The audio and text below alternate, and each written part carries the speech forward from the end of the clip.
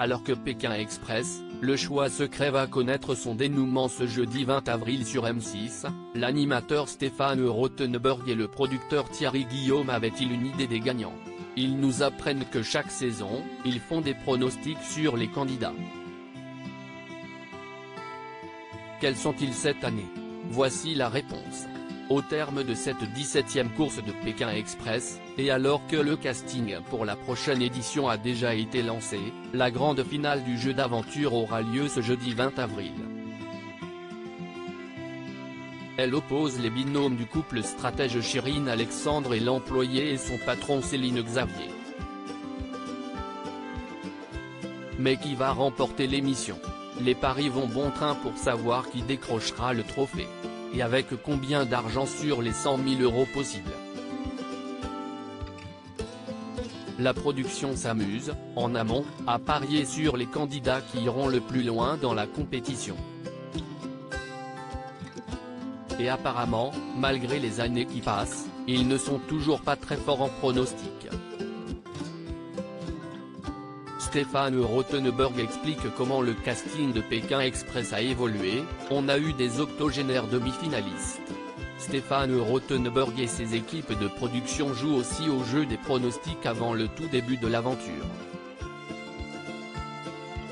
L'animateur confie, une fois qu'on a le casting final, et avant que la course démarre, on joue à se faire un classement théorique en se moquant ensuite de nous au fur et à mesure du programme quand la réalité de la course nous rattrape.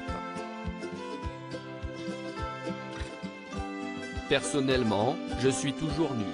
Ensuite on discute beaucoup avec Thierry, Guillaume, le producteur note de la rédaction, pendant la course, en se disant que ça va être dur pour telle ou telle équipe, que telle autre est favorite.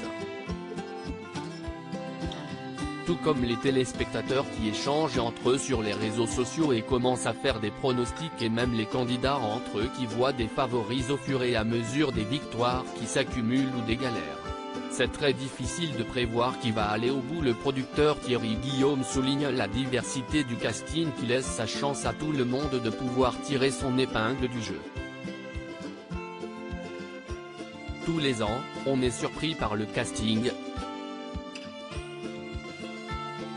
On a une tendresse particulière pour tous les candidats que rien ne prédestinait à vivre ce genre d'aventure. On n'a pas que des sportifs et des aventuriers. Tout le monde peut venir. Et Stéphane Rothenberg de poursuivre, il y a une vraie différence par rapport aux premières années. Le fait que des gagnants improbables aient remporté le programme, avec des physiques pas forcément athlétiques, a complètement changé le profil des gens qui se présentaient entre aujourd'hui et il y a 15 ans. Il n'y a pas de profil type. On a eu des octogénaires demi-finalistes. Les moments physiques sont rarement éliminatoires. Ils l'ont tous pigé. Même si la finale est quand même physique. Mais on peut s'en sortir sans l'être particulièrement. C'est donc très difficile de prévoir qui va aller au bout. On n'y arrive jamais. L'animateur de M6 dévoile comment il essaie de savoir quel binôme va gagner Pékin Express. Stéphane Rothenberg tente d'analyser ce qui peut faire la différence au sein d'un binôme dans la durée. Il y a quantité d'événements dans la course, souvent de grosses dissensions, de grosses difficultés qui font que ça craque ou que ça soude. On appelle ça des bascules. À un moment ou un autre, l'épreuve va être un moment de vérité pour le binôme. On se rend compte que ça ne tient pas à grand chose, le petit soupçon de conviction qui va faire que vous allez être pris en stop et qui va déclencher le oui chez la personne qui vous accueille. Ça tient à une forme d'intensité dans le regard. On essaye de deviner qui est capable de passer le cap parce qu'on a tellement l'habitude maintenant.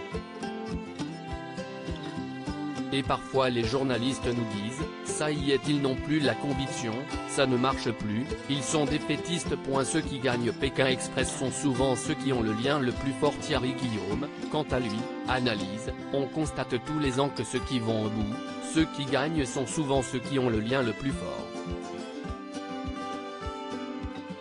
Le présentateur de M6 de compléter, et parfois il ne soupçonnait pas ce lien. C'est ça qui est assez étonnant. Parce qu'ils n'ont jamais vécu ce genre d'aventure avant. C'est saisissant de voir à quel point un binôme peut marcher. Rendez-vous ce jeudi 20 avril en prime, sur M6, pour découvrir qui ajoutera son nom au palmarès des grands gagnants, improbable ou non, de Pékin Express 2023.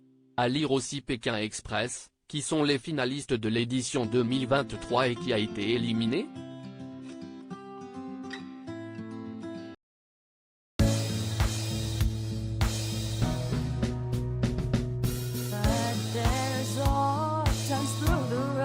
I think you can let me know. Sit down, sit back, let me help you out. The step I gotta seek, so I see you out there's on your